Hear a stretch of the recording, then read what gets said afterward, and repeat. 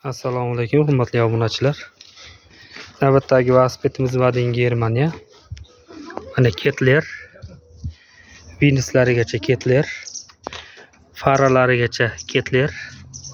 Ramani metali dur alyumin bo'ladi. Bunda ramada ham amazasi bor mana. Mana bu yerda mana 50 kilo, 75 kilo, 100 kilo norma qo'yilgan.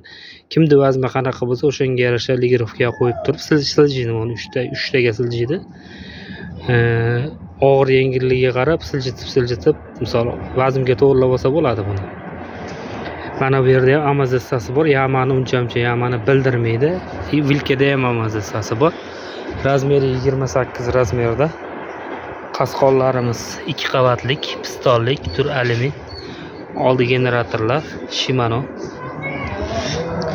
Venuslarimiz ham ligirovkali, oldi savatlar. Holati idealniy holatda. Balonlarimiz ham radnoy, kamerlarimiz ham radnoy holatda. Hattoki mana atrajatorlarigacha ketlar. Zavodskiy holatda, 100% radnoy holatda.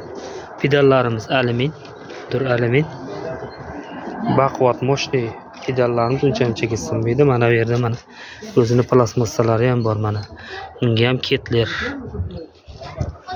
yozuvlari bor mana. Holati idealniy holatda. Yumshoq va uzoq sayohatlar uchun mo'ljallangan. Qo'l tormozlari ham bor. Oyoq tormozi ham bor.